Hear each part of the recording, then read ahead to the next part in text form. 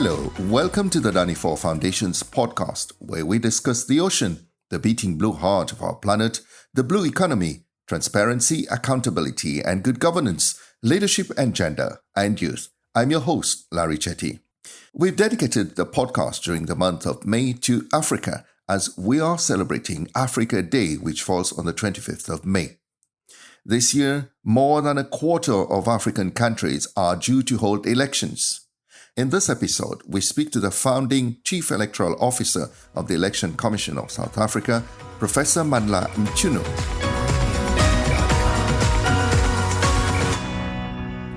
The year 2024 is a global election year. More voters than ever in history will be heading to the polls.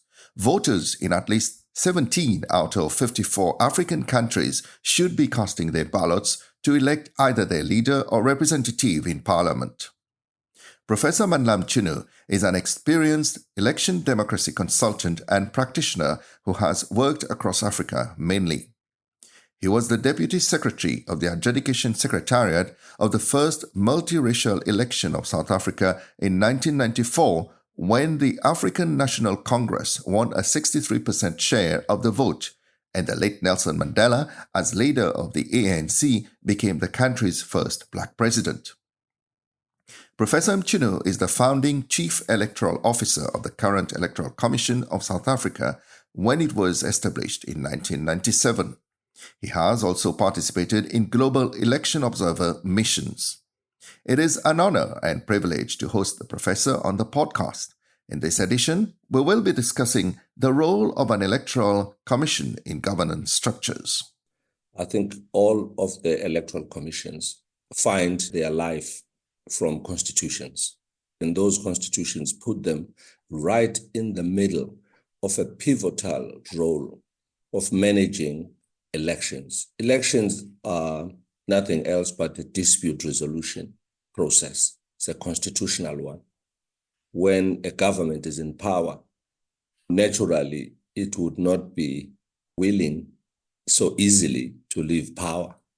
So there has to be a structure that is not part of that government, although that might sound very strange because you would say an electoral commission is part of the public service, but it's separate. Like you would say judges are a public service, but according to constitutional arrangements, judges are separate from the executive and the legislature. They are bodies which are set up practically by government, but they have to function also an oversight role over the government, right? So you'd say that the IEC, the Independent Electoral Commissions, also play an oversight role over governance, but they don't play an oversight role actively during the term of office.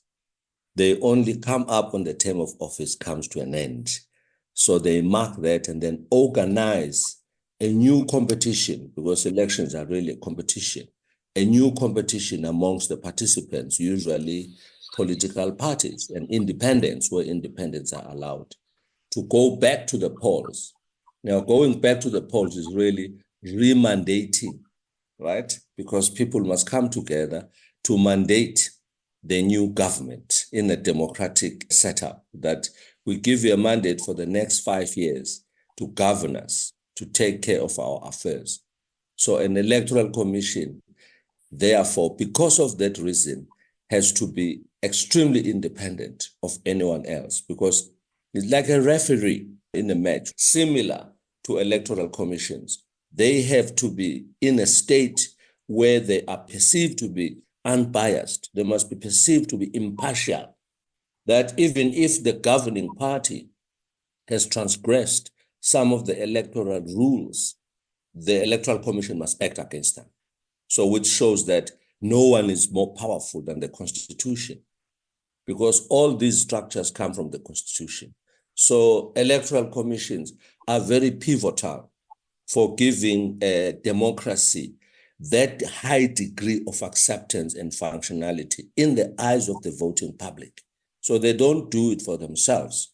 They have to do it for the voting public, because it is the voting public that must give the mandate to a new government, and they will feel that they've done so if the Electoral Commission is perceived to be independent.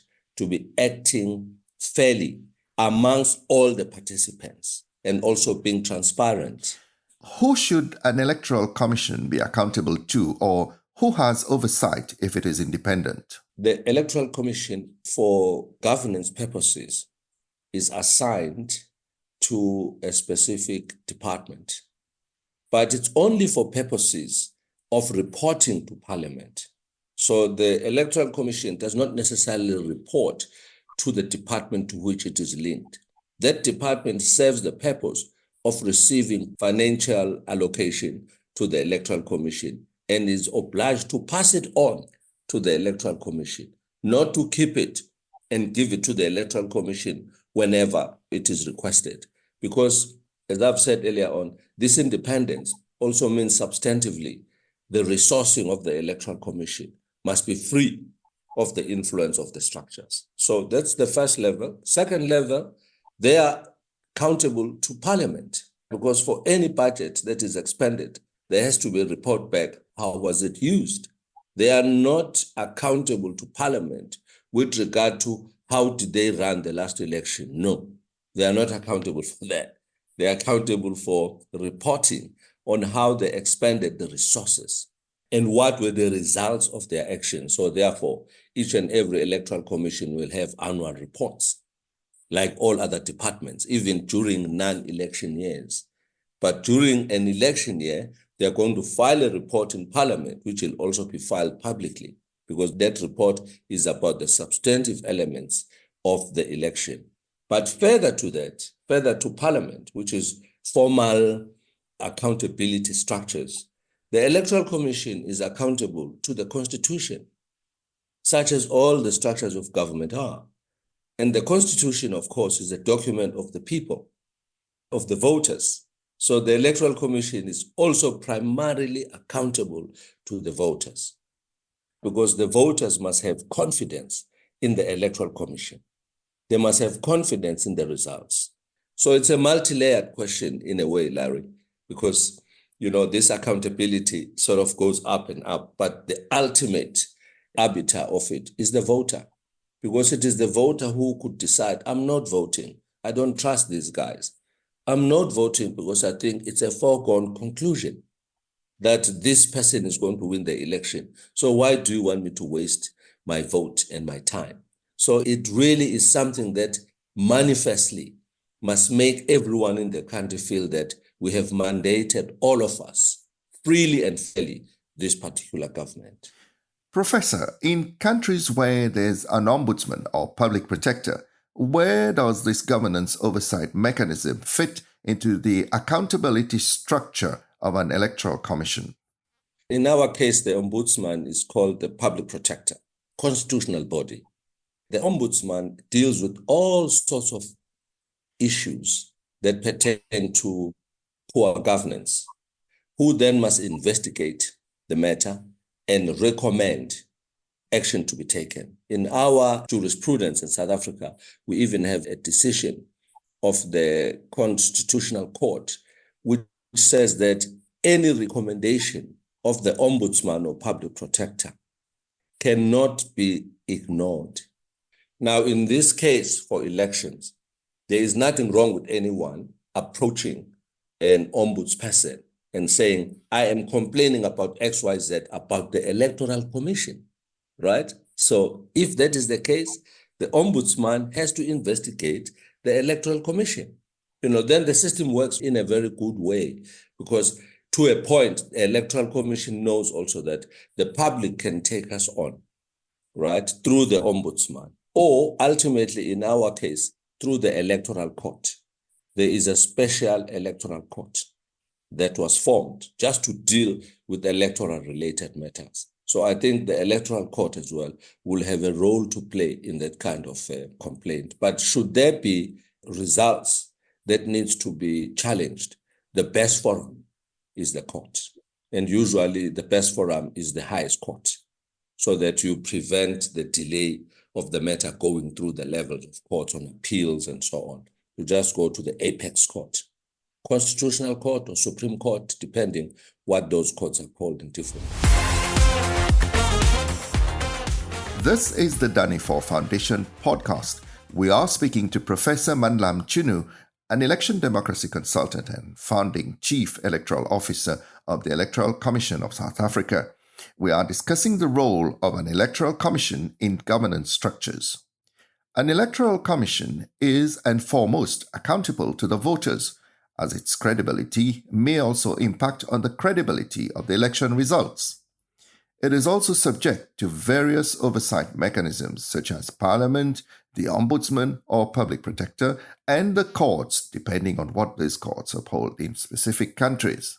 Yeah, that's absolutely correct. There's oversight. An electoral commissioner can be impeached through a process that will go through Parliament ultimately, but it can be initiated by a member of the public, by arguing. Let's make a wild argument that I live not far away from the chairperson of the Electoral Commission, and now and again I see cars of the senior politicians coming in and out of his house. Then I say no, but this gives me a perception that some deals are being struck with this chairperson. I'm going to the Ombudsman to say I'm smelling a rat with regard to the even-handedness of this particular chairperson, which I must say that common people don't do that. They don't take up matters with ombudsman and go to court and so on. They just talk amongst themselves and spread this discomfort across, which is the worst thing that could happen. That then taints the image of the Electoral Commission. It's usually NGOs and people like ourselves who take up the matter. We call the media. They write articles about it. The chairperson finds himself or herself under pressure to respond to this traffic to his or her house of all these politicians. That's how it should be. But in a normal setting, our common folks will just simply keep quiet and share the information amongst themselves that, I'm not sure about this particular chairperson. And I think that, Larry, brings us to the issue of how are electoral commissions formed? How are they established? Because that still remains a thorny issue, that if they are still appointed by politically related structures, so take in our case, Parliament is dominated by the African National Congress for the last 30 years. So they have always kept the power to determine who will be the chairperson. I think the last thing that happened, last year, was the fellow who was the chairperson, who had come to an end of his term. He resubmitted his application to have a second term because they can only have 2 terms. And Parliament agreed that he could have a second term. But when it was time for the president to determine who the chairperson should be, he appointed somebody else, not this person who was the chairperson. So now I'm a member of the public. Then I said, they've snubbed so and so and overlooked him as a chairman of the commission. This is just a perception. It's not informed by anything else. It's just informed by the act. But it could be something else. He could have gone to the president and said, please, I don't want to be a chairperson again. Can you appoint somebody else? I don't know what happened behind the scenes. But from a public perception point of view, it seems as if, and I have heard people say so, that why did the president do this? Is this guy who's now the chairperson a close ally of the ANC or the president? Or does the president expect that he's going to do them favors? Yeah, now that's perception, Larry. That's perception. It's not informed by anything else. But if perceptions are not addressed, they normally over time tend to congeal into a truth because no one is countering this kind of perception. So we're going to our election with those kinds of forces at play in the minds of common people, not because he is the new chairperson, therefore he's going to undermine the integrity of 4 other members. I don't think that one member can do that. That's why there are 5 commissioners on our electoral commission. But it's that delicate. I'm trying to explain that it's that delicate. It's something that you really must handle very carefully because any crack in the public perception can destroy the integrity, which is what we're talking about, of the commission.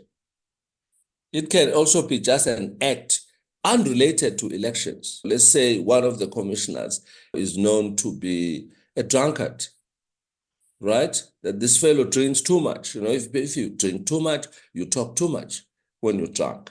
Now, if you're a commissioner, you need to keep a certain degree of discretion because you are dealing with matters of the state to a point. So that also could generate a sense of a perception of the fact that, no, man, this is not a person who's fit to be a commissioner.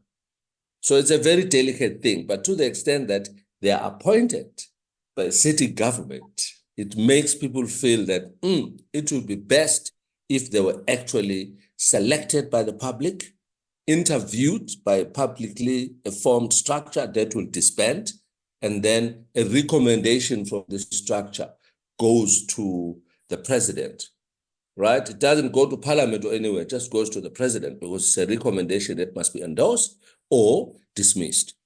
So people are saying that so that there's no linkage between the sitting commissioners and the governing structures, which could be predominated by a specific political party. You've mentioned the media briefly.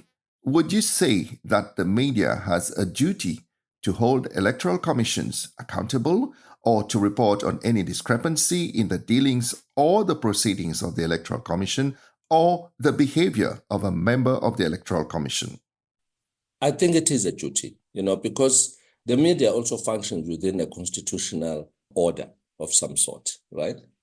Okay, I know that it's about selling, news, but the transparency aspect of elections ought to be led by a dependable media that also can be unbiased, because most of the time, because of ownership of media, people perceive a bias, right? So if you have a very independent media, if I can put it that way, because state media will be seen all the time leading to elections, showing stuff of the incumbent, going to open dams and do all sorts of things, right? It's always a picture that is there. Now you need also independent media to come forward and say, this is what we perceive. During my term, when I was leading an electoral commission, we started our preparations for the election with the briefing of the media.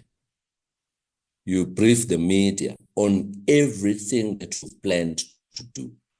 And you say to them, judge me by this.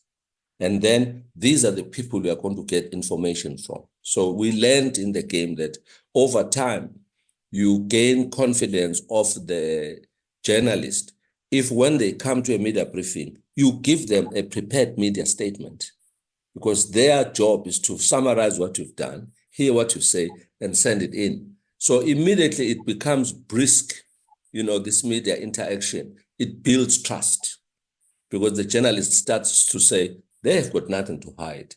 Any question you ask, you get an answer. So I know that it's not the same everywhere. In other instances, the media feels as if they are pushed away. So if they are pushed away, smells the rats. What are they hiding if they push us away? So I think the media has a crucial, critical role to play. In fact, if there's any institution that has to be the voice of elections, it's the media. It's the media. So the media has to understand this critical role, that the more untruths they peddle, the more muddled the election is going to be. But the more truth they come across and are given, the more stable the mandate or the governance is going to be. So I cannot really underestimate or understate the role of the media in elections. Now that we also have got social media, there's disinformation, misinformation, all of those things, so we need clean reporting. That's what we need. That was Professor Mandla Mchunu, Election Democracy Consultant and Founding Chief Electoral Officer of the Election Commission of South Africa, talking to the Danny4 Foundation podcast. Don't miss the next episode when we will be speaking to the incoming CEO of the African Peer Review Mechanism, Ambassador Marie-Antoinette Rose-Quatre, on her appointment in one of the high leadership positions in the African Union. It is a fact that we have to recognize for us to fix that women in a lot of ways have to double the efforts to reach the top. Ambassador Marie-Antoinette Rose-Cadre in the next episode of the Danifort Foundation podcast. You can follow us on Podbean, Spotify, Google Podcast, Amazon Music, or Apple Podcast to keep up to date with weekly episodes. You can also listen on our website, daniforfoundation.org. Thank you for listening. Goodbye.